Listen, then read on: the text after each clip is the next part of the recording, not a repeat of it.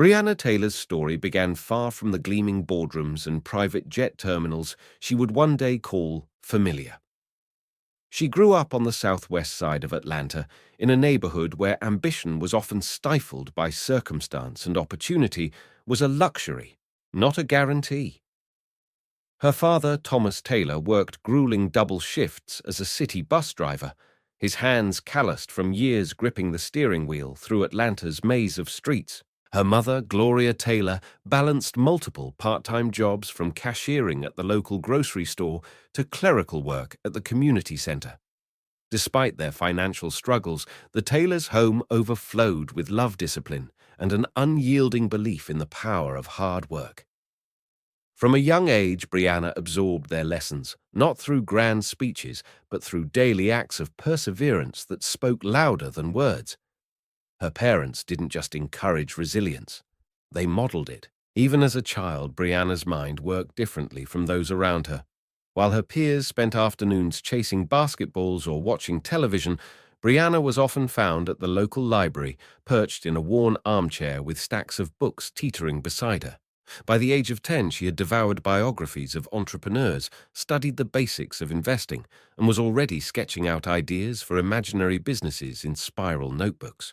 Her curiosity was insatiable, and her determination was unwavering. High school brought its own set of challenges: peer pressure, financial limitations, and the ever-present weight of low expectations. But Brianna pressed on earning scholarships, participating in business competitions, and envisioning a life beyond the boundaries of her zip code. To those who knew her, Brianna was a force, quiet yet fierce, humble yet unstoppable. After graduating with honors from Howard University with a degree in finance and technology, Brianna entered the workforce armed not just with education, but with a vision. She launched her first tech startup at the age of 24, focusing on mobile financial services that made banking accessible to underserved communities. While traditional banks turned their attention to lucrative urban centers, Brianna's app, aptly named Open Access, revolutionized the way working-class families managed money, built credit, and secured small loans. Investors, initially skeptical of her unconventional background and modest demeanor, soon recognized the brilliance behind her ideas. Within 5 years, Brianna had expanded her influence, wisely investing in green tech startups, ethical sourcing initiatives, and international microfinance ventures. Her net worth, fueled by a combination of innovation, integrity, and timing, skyrocketed, earning her a seat at tables where few women, and even fewer women of color, had ever sat. Success brought Brianna a level of mobility and independence she had once only dreamed of. Yet she never allowed wealth to erode the values instilled by her parents. Rather than indulge in extravagant symbols of affluence, Brianna made deliberate choices about how she expressed her success. It was during one particularly grueling year, marked by back-to-back international meetings and relentless commercial flights, that she decided it was time to invest in a more efficient mode of travel. The Gulfstream G650 caught her eye, a marvel of aviation engineering, with its extended range, luxurious cabin, and whisper-quiet engines. Owning a private jet wasn't about vanity for Brianna. It was about reclaiming precious hours otherwise lost to long layovers and unpredictable schedules. Time, after all, was her most precious resource, the one currency that even billionaires couldn't manufacture. When it came to staffing her aircraft, Brianna refused to take the easy route of outsourcing the task to anonymous management firms. Instead, she insisted on personally meeting every pilot, flight attendant, and ground crew member who would support her journeys. She asked them about more than just their resumes. She inquired about their families, their passions, and their values. Loyalty, empathy, and a commitment to excellence mattered more to her than polished appearances or scripted professionalism. To Brianna, flying wasn't simply about reaching a destination. It was about trusting the people who held her life in their hands at 40,000 feet. Her unconventional approach raised eyebrows among advisors who preferred strict hierarchies and formal detachment, but Brianna remained undeterred. She was building not just a team, but a traveling sanctuary, one that reflected her belief that success meant nothing if it wasn't grounded in genuine human connection. By her mid-30s, Brianna Taylor had achieved what many considered impossible. She had amassed a fortune, built a trusted network, and remained true to herself in an industry and a society that often demanded conformity. Yet she never forgot the little girl who once sat in a cramped library corner, dreaming of a life where dignity, opportunity, and respect were not luxuries reserved for a few.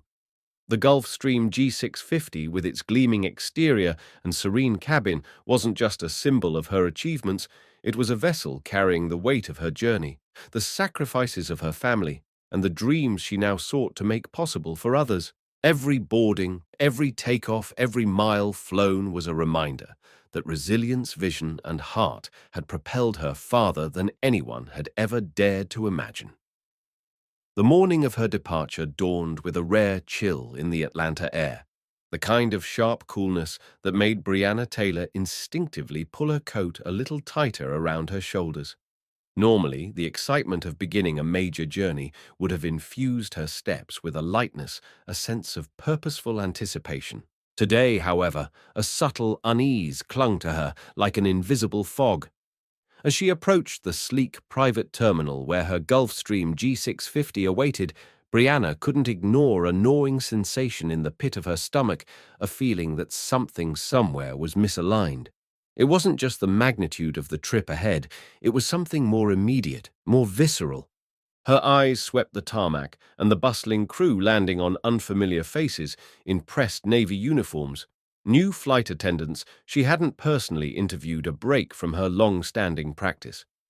A decision born from tight deadlines and delegation, but one that now left her with a gnawing sense of vulnerability she couldn't shake. Inside the hangar, the energy buzzed with the usual pre-flight preparations. Camille, her ever-efficient assistant, was reviewing the sprawling itinerary that would take Brianna from Atlanta to Los Angeles, onward to Tokyo, and finally to Dubai. The trip was no ordinary business tour.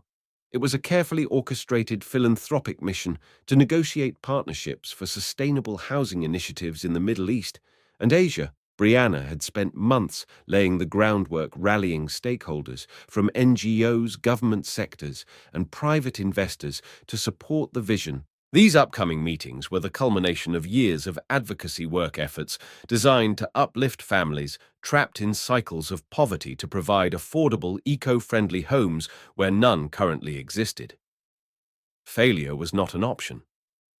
Still, as Brianna nodded through the final briefings and signed off on last-minute legal documents, the unease persisted, whispering at the edges of her focus. It wasn't fear of the deals falling through. It was something smaller, more insidious, a sense that she might not be entirely welcome among her own crew. When Brianna finally made her way toward the waiting aircraft, she spotted David, one of her most trusted flight attendants, standing by the stairwell with a familiar, easy smile. His presence was a small balm to her frayed nerves, yet nearby a petite woman with tightly coiled hair and a perfectly starched uniform hovered stiffly. Her name badge read Madison Carter. There was a sharpness to Madison's posture, a rigidity that felt less like professionalism and more like thinly veiled skepticism. Brianna registered it instantly, the way Madison's eyes flicked over her attire, a simple navy pantsuit and the unadorned leather carry-on she held. In that fleeting glance, Brianna recognized a judgment she had encountered too many times before, a silent questioning of whether she belonged, whether she was truly the woman who owned this gleaming jet, or just an outsider stepping somewhere she hadn't earned the right to be. The first crack in the fragile courtesy came swiftly. As Brianna stepped toward the staircase leading into her plane, Madison intercepted her with a crisp, overly bright smile that didn't reach her eyes. "Good morning, ma'am," she said, her tone polite but laced with something harder underneath. "May, I see your boarding pass." For a moment, Brianna blinked, caught off guard by the absurdity of the request. Boarding pass on her own private jet. She opened her mouth to respond, but paused, taking a slow breath. Years of navigating corporate boardrooms and subtle discrimination had taught her the value of measured reactions. With practiced calm, she replied, I believe my name should be on the manifest. Brianna Taylor. Madison's smile faltered just slightly, but she pressed on, flipping open her digital tablet with a brisk tap. Name again, she asked, eyebrows arched high. Brianna repeated it, her voice steady, even as a flare of irritation rose quietly in her chest. David, sensing the tension, stepped in with hurried diplomacy. She's our principal, he said, lowering his voice in an attempt to preserve Madison's dignity while correcting her mistake. Ms. Taylor is the owner of the aircraft. The word owner seemed to hang awkwardly in the air. For a beat, Madison's face remained impassive, but a flicker of surprise betrayed her. To her credit, or perhaps to her detriment, she masked it quickly, offering a tight mechanical nod before stepping aside. Brianna, offering a small smile to diffuse the moment, ascended the stairs without another word. Yet the moment clung to her like static electricity. It wasn't the mistake that unsettled her. It was the reluctance, the underlying disbelief that Brianna could possibly be the woman she claimed to be. And deep down, Brianna knew that such disbelief, however minor it appeared, was rarely contained to a single incident. Inside the jet, the familiar scent of polished leather and subtle vanilla air freshener should have soothed her. The interior, with its cream-colored seats and gleaming wooden panels, was as immaculate as ever, a cocoon of comfort designed for journeys spanning continents. Camille settled into her customary seat, launching immediately into schedule updates, her voice a rhythmic background hum. Brianna sank into the seat by the window. She favored her mind racing far faster than the pace of their taxi toward takeoff. She told herself to focus on the mission ahead, the contracts to sign, the speeches to deliver, the lives to uplift. But no matter how she tried, Madison's wary glance and clipped tone replayed in her mind. It wasn't just a small social slight. It was a reminder that no matter how many millions she earned, how many homes she built for the forgotten, or how many accolades adorned her name, there would always be those who questioned her place at the table, or in this case, on the plane. As the jet engines roared to life and the aircraft lifted into the dawn-lit sky, Brianna closed her eyes briefly and breathed deeply. She had weathered storms far fiercer than an icy welcome from a flight attendant. Yet she also understood something crucial. Small moments, if left unchecked, had the power to fester into larger wounds. Her success had not immunized her from bias. It had merely changed the arenas in which bias manifested. The realization sat heavily on her shoulders as the plane banked eastward toward Los Angeles, the first stop in a journey that was supposed to be about hope, collaboration, and global change. Somewhere deep inside, Brianna vowed that whatever battles awaited her on this trip, whether in corporate towers or the cramped corridors of her own jet, she would meet them not just with the armor of success, but with the unbreakable resolve of her true self. Despite David's discreet but clear correction at the aircraft entrance, the undercurrent of tension between Brianna Taylor and Madison Carter refused to dissipate. As the flight progressed, Madison continued to project an air of cool detachment, barely disguising the skepticism in her glances and body language. Whenever Brianna requested something, a glass of water, an extra blanket, it was delivered with a mechanical politeness so brittle it bordered on coldness. It wasn't that Madison was openly rude. It was the way she moved, the clipped tone of her responses, the slight delays in service that weren't extended to other passengers like Camille or David. Brianna noticed these things, not because she was hypersensitive, but because experience had trained her to recognize the difference between genuine courtesy and reluctant obligation. It was the same look she had once seen in corporate offices and high-end boutiques, the look that questioned her presence, her worth, her belonging. It was during a quiet stretch over the Midwest that Brianna's growing suspicions found confirmation. She had risen from her seat to stretch her legs, her footsteps light on the plush carpet as she made her way toward the galley. There, behind a partially closed curtain, Madison was speaking with another new flight attendant, a young woman named Ellie, who seemed far less sure of herself. Brianna didn't set out to eavesdrop. She had simply paused, feeling the tightness in her shoulders and planning to grab a cup of tea. But the voices, sharp and unguarded, found her ears before she could retreat. "She doesn't even look like she belongs here." Madison was saying, her voice thick with disdain. "You saw her luggage. It's beat up. And that suit, it's practically off the rack. No way she's the owner. Probably someone's assistant sneaking a ride or pulling some scam." Ellie mumbled a soft reply, clearly uncomfortable, but Madison pressed on her words low and biting. "Real billionaires don't act like that. Trust me, I've served them. You can always tell." Brianna stood frozen for a moment, the words slicing through her composed exterior like shards of glass. She closed her eyes briefly, inhaling through her nose, anchoring herself against the familiar ache of humiliation. It wasn't new, not really. She had faced disbelief. Her entire life, investors who assumed she was the assistant journalists who asked if she was really in charge, society, elites who looked past her as if she were invisible. But there was something uniquely jarring about experiencing that same disrespect within the walls of her own plane, a space she had built to be a haven.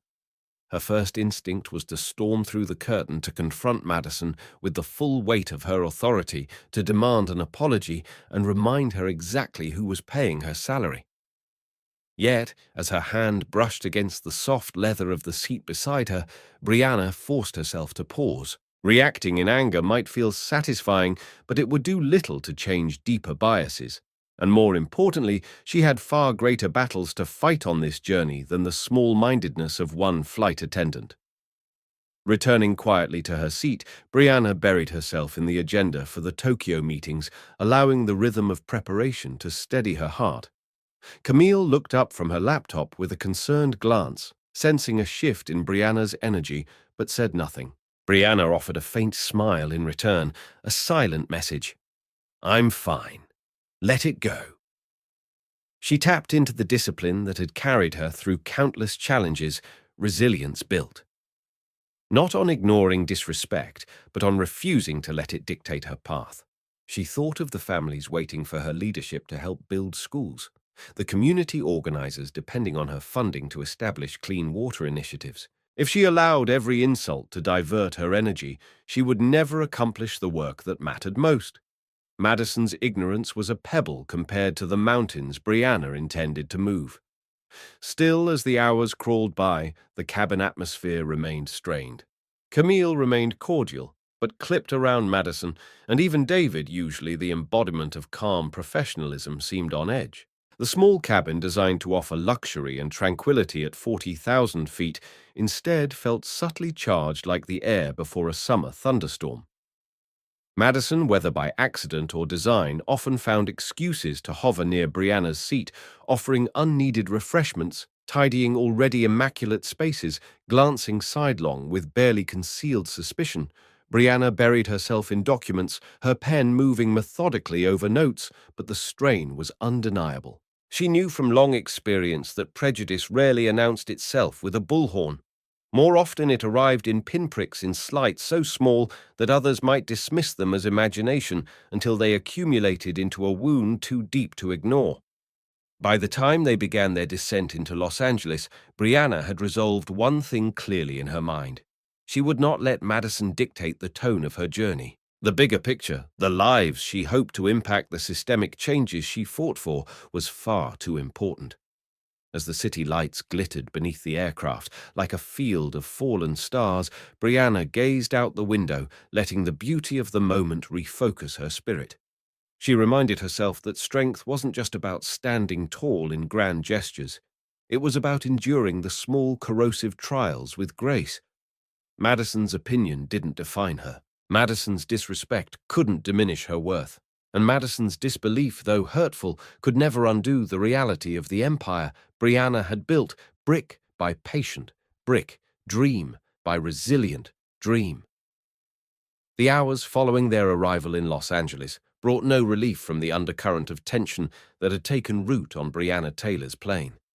If anything, the atmosphere grew denser, more brittle as the journey stretched toward Tokyo. Madison Carter, who had already made her skepticism clear, began to exhibit a consistent pattern of passive-aggressive behavior, subtle enough to maintain plausible deniability, but sharp enough that those attuned to it could not miss the intent. Her smiles were tight and fleeting, Her tone hovered between clipped politeness and veiled disdain. Requests from passengers like Camille or Dr. Natalie Brooks, another woman of color joining Brianna for part of the trip, were met with visible reluctance. Service was slower, less attentive, and while Madison maintained a professional facade when necessary, her body language, the slight pursing of lips, the carefully controlled sighs, the lingering stares betrayed the truth. Her prejudice was not isolated to Brianna alone, it spilled out quietly, infecting the entire cabin with an invisible but potent strain of disrespect. Brianna, keenly aware of every social cue in a professional setting, picked up on the pattern quickly. It wasn't just her own interactions with Madison that bore the brunt of coldness. It was the way Madison subtly deferred to white passengers while offering curt nods or minimal eye contact to people of color. In a cabin that Brianna had meticulously designed to be a sanctuary of professionalism and dignity, the discrepancy was glaring. Several times, Brianna attempted to bridge the growing chasm. She greeted Madison warmly when boarding resumed, offered thanks for small services, even complimented the crew's handling of turbulence during a particularly rough patch. Each gesture was met with barely concealed indifference. There was no thaw, no softening of Madison's rigid demeanor. The goodwill Brianna extended was like water poured onto stone, absorbed by nothing, leaving only a slick, fragile film of civility behind. The tension did not go unnoticed. Camille's bright efficiency dimmed slightly, her posture a little stiffer when interacting with Madison David. Though seasoned and composed, became noticeably more protective of Brianna hovering nearby whenever Madison approached. Even the younger flight attendant, Ellie, seemed caught in the crossfire, glancing nervously between her senior colleague and the passengers. Yet no one said anything aloud. That was the nature of microaggressions. Their insidiousness lay in their deniability. They left no hard evidence, no written slurs or shouted insults, only a corrosive erosion of trust, dignity, and emotional safety. Brianna knew better than most that speaking up without clear proof often led to accusations of oversensitivity, of imagining things. And so for now she bore the weight of it in silence, gathering strength from within as she had done countless times before. What made it worse, what scraped raw against her normally impenetrable defenses, was the knowledge that this was supposed to be a triumphant journey. The meetings ahead were pivotal in Tokyo. She would be finalizing a partnership with a coalition of humanitarian organizations to fund digital learning centers in impoverished regions. In Dubai, she was scheduled to present her sustainable housing project before a panel of international investors and United Nations advisors. These projects weren't about personal gain. They were about changing lives, creating opportunities where none existed. Every moment of distraction, every ounce of emotional energy siphoned away by dealing with Madison's hostility was a moment stolen from that mission. Brianna refused to let it derail her focus. She retreated deeper into her work, poring over presentation notes, refining talking points, and rehearsing speeches in her mind. If she was going to face bias, she would do so without losing sight of her greater purpose. Still, Brianna could not deny the impact the constant low-grade hostility had on her spirit. Alone in her seat, she found herself rehearsing scenarios in her mind, things she might say if Madison crossed a line too clearly, to ignore ways she could assert her authority without escalating the situation to an irreparable conflict mid-flight. It was a mental tightrope walk she knew all too well, balancing her own dignity with the broader optics of leadership, managing not just her emotions, but also the comfort and safety of everyone else aboard. She caught Natalie watching her once with an expression of quiet solidarity, a look that said without words, "I see it too." That silent affirmation gave Brianna strength. She wasn't imagining it. She wasn't alone. By the time the plane crossed into international airspace, the cabin lights dimmed for nightfall, and most passengers drifted into restless sleep. Brianna remained awake, staring out at the endless dark horizon beyond her window. The hum of the engines was steady, almost soothing a reminder that despite the interpersonal turbulence, the vessel itself held steady. She pressed a hand lightly against her chest, grounding herself in the steady beat of her heart. Madison's coldness, her assumptions, her microaggressions. None of it changed the truth of who Brianna was, or the work she was destined to do tomorrow in boardrooms half a world away. Brianna would speak with the voice of authority and compassion, weaving visions of a better future with words crafted from experience and unwavering resolve. She would carry this burden, as she had carried so many before it, and she would transform it, turning hurt into fuel, indignity into momentum, and doubt into an unshakable declaration of purpose. The first sign that something was wrong came not from Madison Carter's behavior, but from the sudden shudder that rolled through the cabin as the Gulfstream G650 crossed over a volatile patch of the Pacific. Brianna Taylor had just settled into reviewing her final notes for the Tokyo meetings, her laptop perched carefully on the tray table when the seatbelt light chimed and the captain's calm but urgent voice echoed through the cabin. "Ladies and gentlemen, we're encountering unexpected turbulence. Please remain seated and fasten your seatbelts." Camille immediately shot a glance across the aisle at Brianna, who nodded and secured her belt without hesitation. Around them, David and the other attendants moved swiftly to secure loose items, but Madison, perhaps rattled by the sudden jolt, moved with a frantic edge. In her rush to assist a passenger who had dropped a water bottle, Madison stumbled near Brianna's seat, brushing against the stack of neatly organized documents Brianna had been reviewing. Contracts, philanthropic proposals, grant drafts. In one careless sweep, the papers scattered across the aisle like a fluttering storm. Brianna instinctively reached down to gather her documents, her mind snapping to the importance of the papers and the hours of careful preparation behind them. As she leaned forward to retrieve the nearest pages, another tremor rocked the plane. Madison, arms full of cabin supplies, lost her footing slightly and lurched toward Brianna's seat. Their movements collided, awkward, sudden, tense. Brianna's hand, reaching out to stabilize the falling stack of documents, grazed Madison's arm. It was a simple gesture of balance, of instinctive help. But in the heated, chaotic moment, Madison misread the contact entirely. Her body stiffened, her face twisted in panic and anger. Before Brianna could even process what was happening, Madison's hand shot out, and in a flash of motion, sharpened by adrenaline and fear, she slapped Brianna hard across the face. The sound cracked through the cabin louder than the engine's roar, an ugly punctuation mark in a flight that had already been marred by silent tension. For a long, surreal heartbeat, everything stopped. The plane's interior, bathed in soft twilight from dimmed cabin lights, seemed to hold its breath. Camille froze mid-movement, a folder in her hands, slipping unnoticed to the floor. David, buckling himself into a nearby seat, stared wide-eyed across the aisle. Natalie Brooks and Dr. Greg Brooks, seated a few rows back, leaned forward instinctively, faces stricken with shock. Even the youngest flight attendant, Ellie, gasped audibly, her hand flying to her mouth.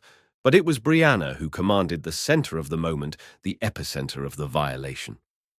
She sat utterly still, the sting of the slap radiating across her cheek like a live wire.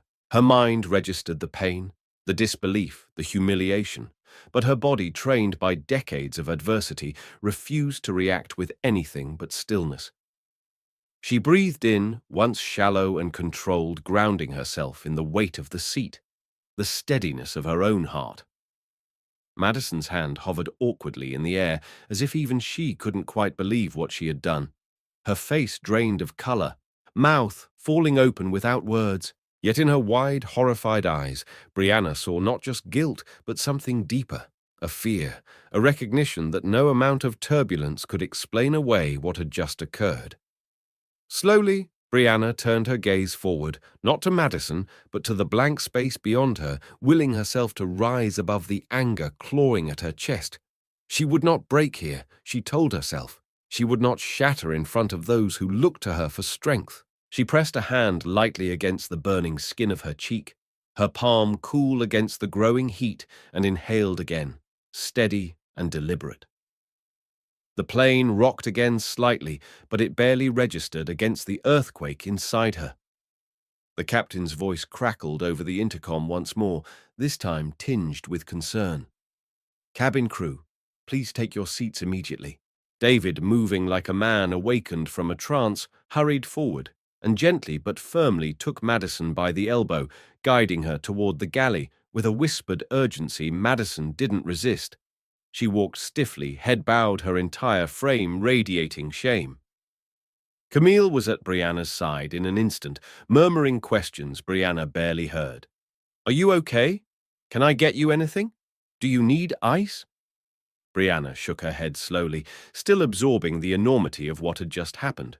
Around them, the other passengers pretended to look elsewhere, but Brianna could feel the weight of their stolen glances, the silent question hanging in the pressurized air. How would she respond? What would she do with infinite care? Brianna unfastened her seatbelt, rose to her feet and steadied herself with one hand against the overhead compartment. Her entire body felt both heavy and electric, as if she were moving underwater through a current of live electricity. She didn't say a word. She simply walked each step, deliberate, back toward her seat near the front of the cabin. She sat down with the same quiet dignity that had carried her through hostile boardrooms, biased interviews, and dismissive glances for most of her professional life. She picked up her laptop from the floor, brushed off the few papers she had managed to rescue, and resumed her seat. She would not allow Madison Carter or the demons that rode with her to define the course of this journey. She was Brianna Taylor, and no slap, no ignorance, no storm of prejudice could take that away from her. The moments following the slap unfolded in a strange, dreamlike cadence.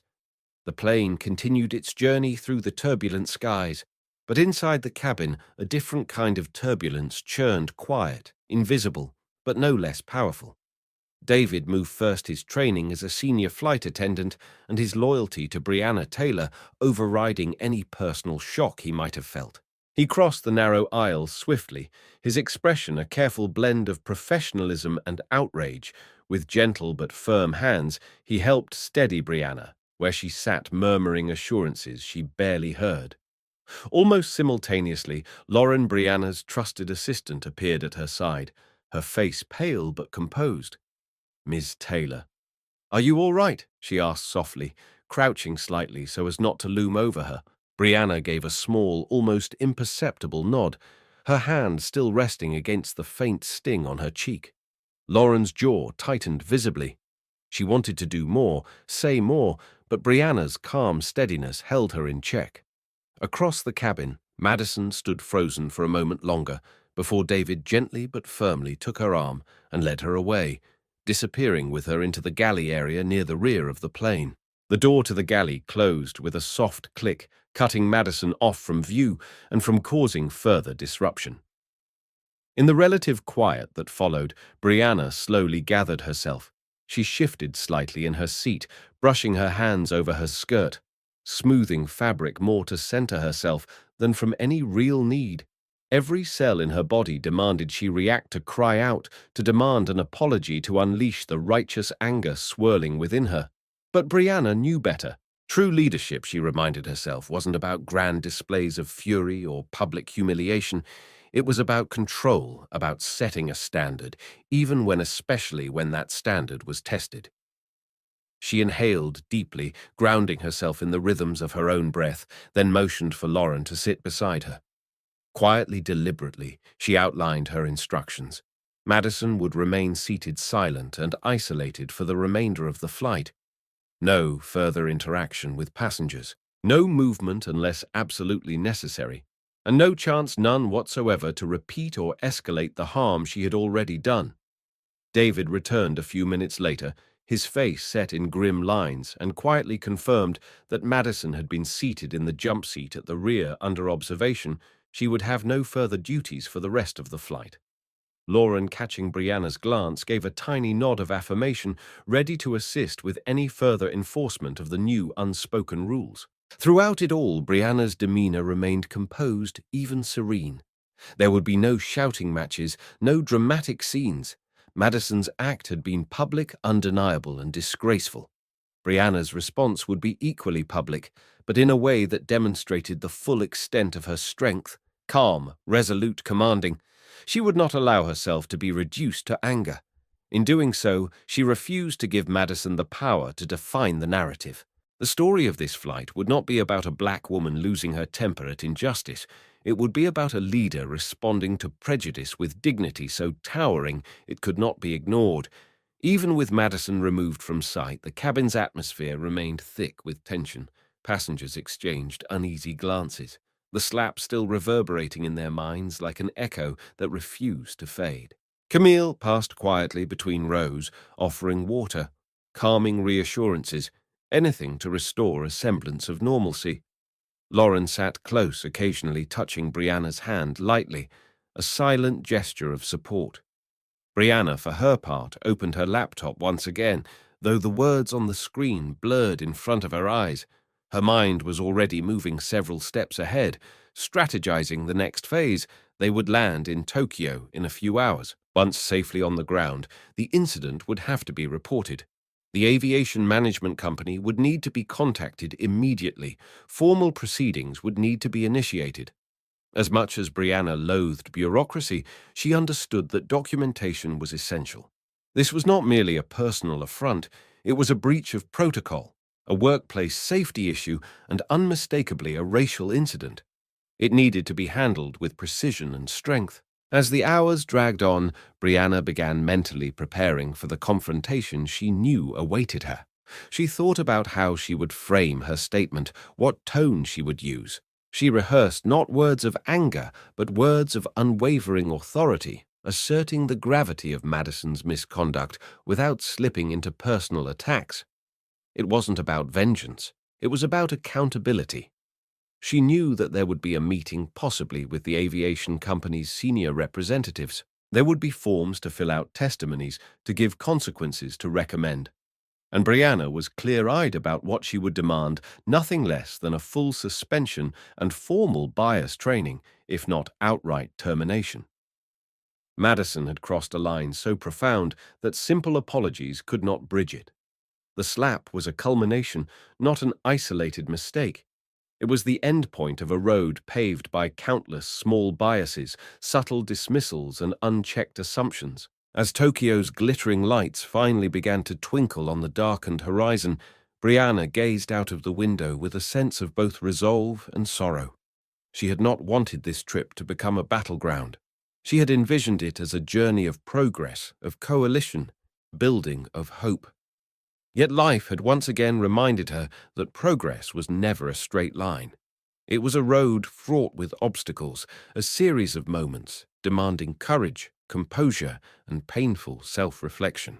In that moment, staring out at a city built from resilience after devastation, Brianna made a silent vow to herself she would face the coming confrontation, not just as a businesswoman or a philanthropist, but as a woman who understood her worth, who demanded dignity, and who would lead by example even when it was hardest, especially when it was hardest. When the wheels of Brianna Taylor's Gulfstream G650 finally kissed the tarmac of Haneda Airport under the pale light of Tokyo's dawn, a collective breath seemed to release from the entire cabin. Yet for Brianna, the real turbulence was only beginning. She remained composed as the engines wound down, standing to stretch her legs, smoothing the soft fabric of her travel suit with practiced grace. Lauren and David, moving with a quiet urgency, orchestrated the disembarkation of passengers not involved in the incident, while Madison Carter was instructed to remain seated isolated at the rear of the aircraft. A private meeting had already been arranged, swiftly coordinated through Lauren's efficiency, with Mr. Sullivan, the regional manager from the aviation company that handled Brianna's jet staffing. In a discreet lounge adjacent to the terminal, Brianna prepared herself to face not only the woman who had struck her, but the deeper questions that confrontation would inevitably surface. She did not pace or fidget. She simply sat, hands folded loosely in her lap, her stillness more commanding than any display of anger could have been. Mr. Sullivan arrived promptly, a tall, silver-haired man in a tailored navy suit whose demeanor blended professionalism with genuine concern. After offering profuse apologies on behalf of the aviation company, he turned the floor over to Brianna with a respectful nod. Madison was ushered in a moment later, looking markedly different from the tight-guarded figure she had been on the plane. Her uniform had been exchanged for simple civilian clothes, jeans and a plain white blouse, and her posture was one of defeat. She could barely meet Brianna's gaze, her hands wringing each other anxiously in her lap. For a moment, the silence in the room was thick enough to touch. Brianna didn't rush to fill it. Instead, she let Madison sit with the weight of her actions, let the discomfort do its necessary work. When she finally spoke, her voice was low even, but carried the unshakable firmness of someone who had earned the right to demand accountability. "Tell me," Brianna said, her tone neither cruel nor kind, "how you think we ended up here." Madison swallowed hard, her voice barely a whisper when she finally spoke. I misjudged you." She stammered, her eyes flickering up for a second before falling away again. "At first, I thought you didn't belong, that you couldn't be who you said you were, and I guess I was angry." She paused, searching for the right words, her shoulders sagging. "I lost my mom 2 months ago. Cancer, and it wrecked me. I took this job thinking it would be glamorous, exciting, a way to escape everything I couldn't fix back home." She bit her lip, tears starting to well, and then I saw you, so successful, so composed, and instead of admiring you, I resented you. It wasn't fair. It wasn't right. But that's where it came from. Her voice cracked on the last words, and she hastily wiped at her face. Ashamed, Mr. Sullivan sat quietly, allowing the moment to unfold. Naturally, his hands folded tightly before him. Brianna absorbed Madison's confession in silence, her expression unreadable. Part of her felt the sting of Madison's words, the confirmation that her appearance, her very success, had triggered resentment deep enough to break professional boundaries.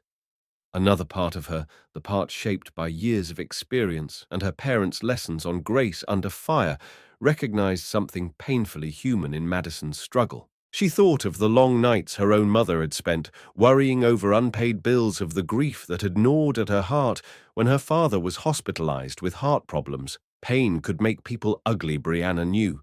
It could twist sorrow into anger, envy, even hate, but pain, however real, could never be an excuse for cruelty. After a long moment, she leaned forward slightly, her voice steady. "What you did was unacceptable," Brianna said. "You crossed a line that no personal hardship can justify. You violated my dignity, endangered my trust, and disrespected not only me, but yourself and everyone who put their faith in you." Madison nodded frantically, remorse flooding her features.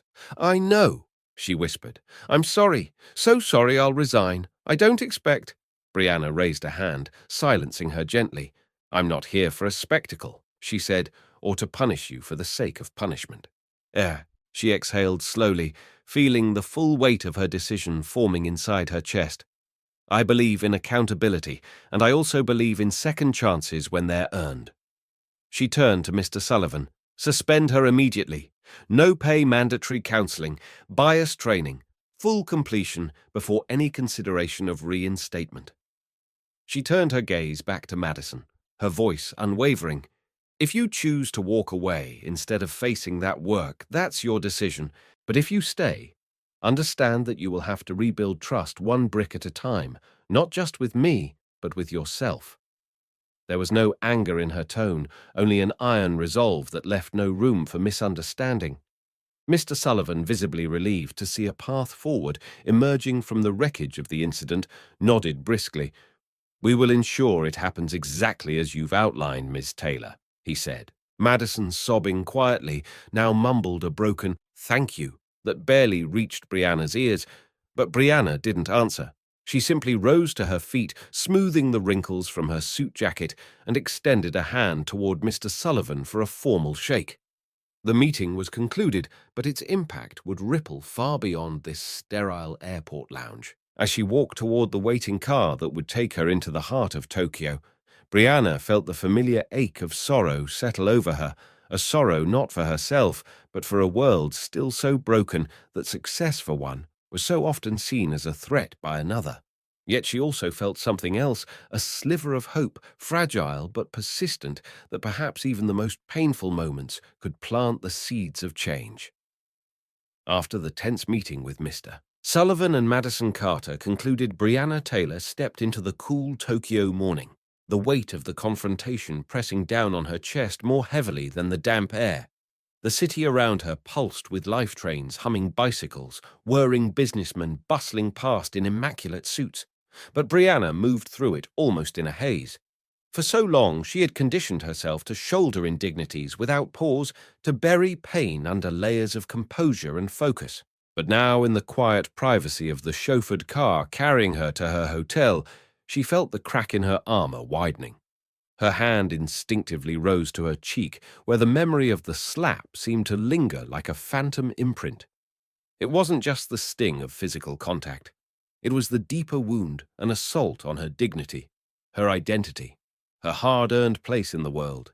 Alone in the car, Brianna finally allowed herself to exhale shakily and admit the truth she had been denying for hours. She wasn't okay. When Brianna arrived at her hotel, she bypassed the opulent lobby without a glance, heading straight for the sanctuary of her suite. The moment the door clicked shut behind her, she shed the mask of unflappable strength she had worn so tightly since the incident. Moving almost mechanically, she placed her laptop and documents neatly on the desk, kicked off her heels and sat down at the small seating area by the window. The city stretched out before her in a dazzling tapestry of light and movement, but she barely saw it. Her fingers hovered uncertainly over her phone for a moment before she made a decision. Pulling up her contacts, she found the name she rarely called, except in the most private moments. Dr. Vanessa Moore, her therapist, a woman who over the years had helped her navigate the silent scars left by racism, sexism, and the crushing loneliness of being the only one in too many rooms. With trembling fingers, Brianna typed a short message. "Hi, Dr. Moore. Something happened. I think I need to talk. Can we set up a video session soon?" As she set the phone aside, Brianna leaned her head back against the plush seat and closed her eyes.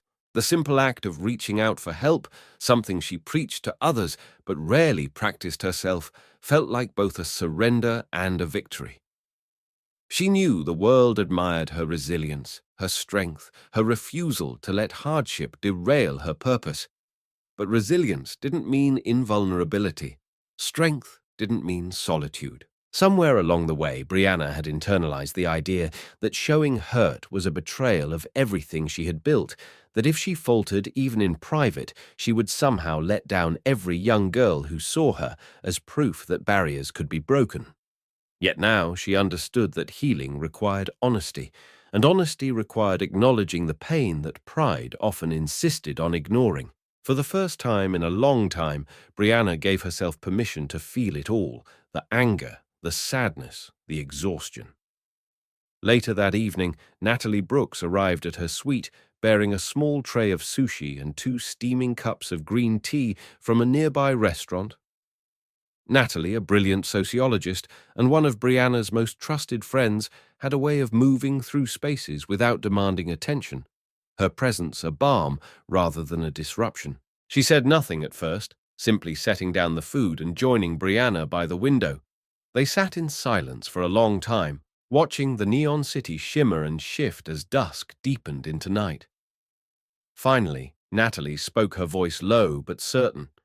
"You know," she said, "what happened on that plane? It wasn't just about you. It's about a system that's so broken that even success, even excellence doesn't shield us from being doubted, dismissed, or disrespected." Brianna nodded slowly, her throat tight with emotion. She hadn't yet voiced. Natalie placed a hand lightly over hers. "Maybe," she continued, "maybe it's time to tell that story. Not for vengeance, not for spectacle, but because if you with everything you've built still face this, then others need to know they're not alone." Brianna turned her head to look at Natalie fully, then seeing in her friend's eyes not pity but fierce solidarity. It wasn't the first time someone had suggested she use her platform to speak more openly about systemic prejudice. Over the years, she had given speeches on leadership, resilience, philanthropy, but rarely had she peeled back the layers to reveal the raw personal toll that prejudice exacted even at the highest levels of success. Part of her hesitated. She valued her privacy fiercely. She guarded her heart carefully. But another part of her, the part that believed in transformation, in the power of shared truths to dismantle hidden injustices, recognized the opportunity buried inside the hurt. Maybe telling her story could help carve a path for others to follow, illuminate a reality that too often went unseen by those who most needed to understand it. The decision would be hers and hers alone, but for the first time, she let herself truly consider it. As the night deepened and the city outside grew quieter, Brianna felt a small but profound shift inside herself. She wasn't healed, not by a long shot. Healing was not a switch to flip or a finish line to cross. It was a journey, messy and non-linear. But reaching out to Dr. Moore, accepting Natalie's comfort, even daring to imagine speaking her truth aloud, these were steps forward, acts of reclamation. She allowed herself a small, weary smile as she sipped the now cooling tea. Whatever lay ahead, whether she chose to share her story publicly or keep it nestled within her circle of trust, Brianna knew this much. She would not be defined by the hand that struck her, nor by the ignorant assumptions that fueled it. She would be defined, as she had always been, by how she chose to rise after being struck down, and by the bridges she built for those who would walk the road after her. In the days following the confrontation aboard her jet, Brianna Taylor threw herself fully into the work that had brought her across the globe in the first place. The city of Tokyo, with its seamless blend of ancient tradition and cutting-edge innovation, mirrored the dual nature of Brianna's own mission, honoring the values of resilience and community while pushing forward into a future shaped by compassion and possibility. Meeting after meeting filled her schedule sessions with representatives from UNICEF's Asia-Pacific Division, with regional government officials eager to discuss digital education platforms, and with architects and urban planners excited to collaborate on sustainable housing initiatives. Despite the lingering bruise on her spirit, Brianna moved through each room with the calm assurance of someone who knew that purpose, not pain, would define her legacy. She listened intently, asked thoughtful questions, and when the time came, presented her vision for eco-friendly communities and resource centers with a passion that reignited the hearts of everyone in attendance. It was during a pivotal signing ceremony at a grand conference center overlooking Tokyo Bay that the fruits of her labor began to crystallize. Standing beneath soft lights, a sweeping view of the city twinkling behind her, Brianna inked agreements that would see millions of dollars invested into projects aimed at building not just homes, but futures. Entire neighborhoods constructed with sustainable materials, powered by renewable energy, and equipped with access to education through newly established digital resource hubs. It wasn't just about constructing buildings. It was about laying foundations for new beginnings, about providing dignity where neglect had once reigned. Cameras flashed, and dignitaries smiled for the official photos, but Brianna's mind remained focused on the lives behind the numbers, the children who would read their first books in these new centers, the families who would no longer have to choose between shelter and safety. In those quiet moments of reflection between handshakes and signatures, Brianna felt a deeper healing begin to take root within her. From Tokyo, her journey continued to Dubai, where the skyline stabbed at the heavens and ambition seemed to hum in the very air. Here, in this desert oasis turned metropolis, Brianna met with a different array of leaders, venture capitalists, municipal authorities, global NGOs. The discussions were more intense, negotiations more layered, but Brianna was undeterred. She had learned early in her career that leadership wasn't about dominating a conversation. It was about guiding it, nurturing it toward a shared vision. She laid out her proposals with clarity and empathy, inviting collaboration rather than demanding allegiance. Her approach worked. By the end of her stay, Brianna had secured an unprecedented partnership between her foundation's several Gulf-based development firms and a major United Nations initiative. Together, they would build affordable, eco-conscious communities in regions long neglected by traditional development efforts, weaving education, sustainability, and economic opportunity into the very fabric of these new cities. Even amid the whirlwind of contracts and celebrations, Brianna made time for quieter, more personal engagements. She visited a small community center in the older quarters of Dubai, where local women taught computer literacy classes to young girls eager to change their futures.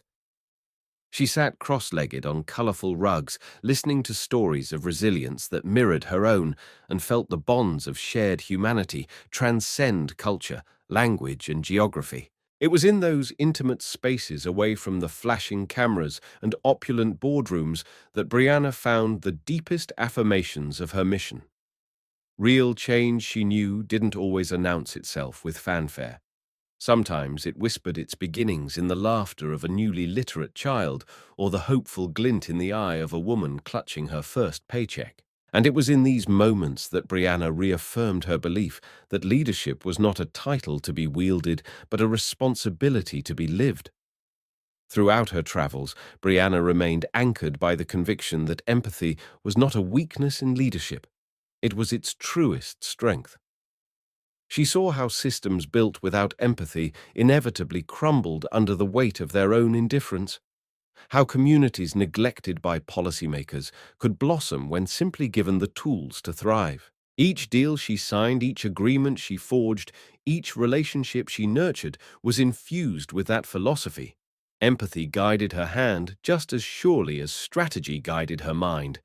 And with every project launched, she expanded the web of impact she had set out to weave years ago as a young girl with big dreams in a small Atlanta neighborhood. She carried the lessons of her recent pain with her, not as a burden, but as a sharpened awareness of how crucial her work truly was in a world still riddled with unseen wounds. As the final papers were signed and the official ceremonies concluded, Brianna found herself once more looking out across a vast cityscape, this time the gleaming towers of Dubai under the golden light of sunset. She allowed herself a rare moment of stillness, absorbing the enormity of what had been accomplished and the even greater work still to come. The slap that had once burned against her cheek now felt distant, dulled by time, and eclipsed by the tangible proof of progress unfolding at her fingertips. She would never forget the incident, nor would she excuse it, but she refused to let it diminish her. Instead, she chose to let it reinforce the fire within her, the certainty that true leadership was not about shielding oneself from harm, but about walking through it and using every scar as a beacon to light the way for others. It was a few days after her final signing ceremony in Dubai when Brianna Taylor received an email from Mr. Sullivan, the aviation manager who had overseen the aftermath of the incident aboard her plane. Sitting in the lounge of her hotel suite, her suitcase half packed for the long journey back to Atlanta, Brianna hesitated for a moment before opening it. Her heart, though, steadied by days of purpose-driven work, still held a small knot of tension when it came to matters connected to Madison Carter. Yet as she read that knot loosened just slightly. Madison, according to the update, had agreed without resistance to undergo mandatory counseling and bias training. She had expressed genuine remorse not only to the company, but also in writing acknowledging her prejudices and the harm they had caused. Mr. Sullivan noted that while her future employment would depend entirely on the successful completion of her rehabilitation, Madison's willingness to change seemed sincere. Brianna set her phone down and stared out the window, feeling a quiet ripple of hope where before there had only been anger and fatigue. The news did not erase the memory of the slap nor the sting of the assumptions that had fueled it. Brianna knew better than to believe that growth would be immediate or perfect. Healing, she had learned, was not a transaction, but a process, a long, often uncomfortable one. Still, knowing that even a small seed of self-awareness had been planted in Madison was enough to bring Brianna a sense of peace. It affirmed what she had chosen to believe in the heat of that confrontation, that people could change given the tools and the will. As she zipped her suitcase shut and prepared to leave the towering cityscape of Dubai behind, Brianna carried that hard-won knowledge with her like a talisman. She was tired, yes, tired of fighting, tired of teaching lessons she never asked to teach, but she was not broken. If anything, she felt more whole than she had in a long time because she had faced cruelty without sacrificing her compassion or her standards. The flight home to Atlanta was smooth and uneventful, a sharp contrast to the journey that had first carried her into this crucible. As the plane crossed oceans and continents, Brianna allowed herself the rare indulgence of reflection. She thought about her parents, their sacrifices, their quiet dignity, their constant reminders to keep your head high, baby girl.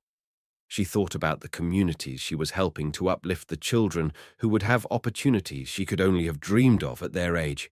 And she thought about the many unseen barriers that still existed, waiting for someone bold enough to challenge them. By the time the Atlanta skyline came into view, shimmering under a clear blue sky, Brianna had made a quiet vow to herself. She would not let the ugliness of what had happened define her memory of this journey. Instead, she would let it fuel her next chapter, one rooted even more deeply in advocacy, empowerment, and unflinching truth. Back on home soil, Brianna wasted no time immersing herself in the work. She met with her foundation's leadership team within days of returning, outlining a new initiative focused specifically on combating systemic bias in professional spaces. The program would offer workshops, mentorship opportunities, and scholarships for marginalized young professionals, tools to dismantle the barriers she had fought so hard to overcome. She spoke with renewed urgency at conferences and board meetings, weaving her personal experiences into larger calls for corporate accountability and inclusive leadership. Where once she might have shielded her pain behind polished public addresses, now she allowed her vulnerability to underscore her strength. It was a delicate balance, revealing just enough to foster understanding without allowing her story to be co-opted or sensationalized. And yet each time she spoke, she felt the ripple effect widening, a young woman staying after a seminar to say, "I see myself in you." A CEO reconsidering internal policies after hearing her testimony, a network of allies quietly, steadily expanding. Privately, Brianna continued her own healing as well. Dr. Vanessa Moore became a regular touchstone in her life, once again guiding her through the messy, non-linear process of grief, anger, forgiveness, and growth. Their sessions were sometimes painful, forcing Brianna to confront the ways in which even she, with all her success, had internalized expectations of silence and stoicism. But they were also liberating, peeling back layers of survival mechanisms to reveal a deeper, softer core, a core not weakened by pain, but strengthened by surviving it, with her integrity intact. Brianna also leaned on her friends, especially Natalie Brooks, whose steady presence reminded her that community was as essential to leadership as strategy or vision. Together, they sketched out ideas for a public conversation series on resilience and social equity, an idea that sparked something new and thrilling in Brianna's tired but still determined heart. And so Brianna Taylor moved forward, not untouched by what had happened, but transformed by it. She had not chosen the battle she fought at 40,000 feet, but she had chosen her response. In doing so, she had carved a new path, not just for herself, but for countless others who would come after. Every speech she gave, every partnership she forged, every young woman she mentored carried the echoes of that decision. She refused to be defined by the ignorance of others. She chose instead to be defined by the strength of her convictions, the breadth of her compassion, and the clarity of her vision for a more just world. As the seasons shifted from summer into fall painting, Atlanta's streets with gold and crimson, Brianna felt a quiet certainty settle into her bones. No matter the turbulence, no matter the storms, she would continue to rise, and she would bring others with her. Thank you for joining us on this powerful journey of resilience, reflection, and transformation. At Deep Inside HQ, we believe that true leadership is born not from ease, but from how we rise after adversity and lift others along the way. If this story moved you, inspired you, or made you reflect on your own path, we invite you to stay connected with us. Hit the subscribe button, share this video with others who believe in change through empathy and courage, and leave a comment sharing your thoughts or your own experiences. Your voice matters, and together we can build a community where strength, compassion, and justice walk hand in hand. Let's keep pushing forward, one story, one conversation, one act of courage at a time.